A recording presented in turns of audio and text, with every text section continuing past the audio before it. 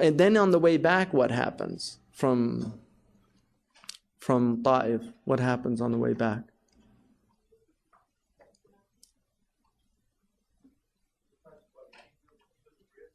The angel comes and offers him, offers him to destroy the people. Just, he'll wipe them out for him. Now, again, here's a test of who the Prophet ﷺ is, because there's people that would do that after being humiliated like that. They're so angry. And the Prophet ﷺ said no. And what was the reason that he gave for saying no? That the children. Because as long as there's children, there's hope. Children have the purity and the fitrah and the bara'ah that makes it possible for them to be open to a message of truth. Because children by their nature are not disbelievers. Children by their nature are believers. They don't cover up the truth, children.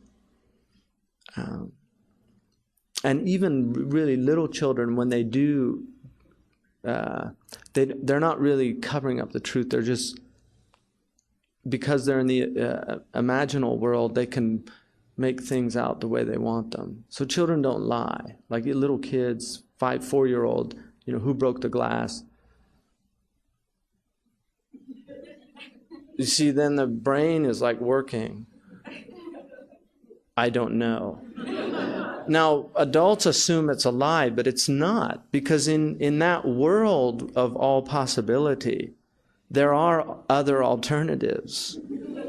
Really, that's the way the child's mind is working. And that's why the 7 years is called Sinnu Tamyiz, the age of discrimination, because they can start to discriminate. But that's only the beginning. It's not complete until they're 14, 15. It's not complete. So they're in that world of possibilities. So the Prophet ﷺ wanted good for them. Maybe they won't believe, but their children will believe. That's what he hoped. And that's what that was what Jonah learns, because he goes back to Nineveh. And that's why it's not, you don't decide these things. لَيْسَ لَكَ مِنَ الْأَمْرِ شَيْءٍ. This isn't about you. That Allah said that to the Prophet ﷺ when he wanted to take revenge on the Quraysh. Allah said, this isn't about you. In other words, it's not about the self. It's not about this. This is something much bigger. And after that, the Prophet ﷺ would mention on the minbar, because he swore an oath when he saw Hamza mutilated. And that's his humanity. The Prophet was a human being. He got angry.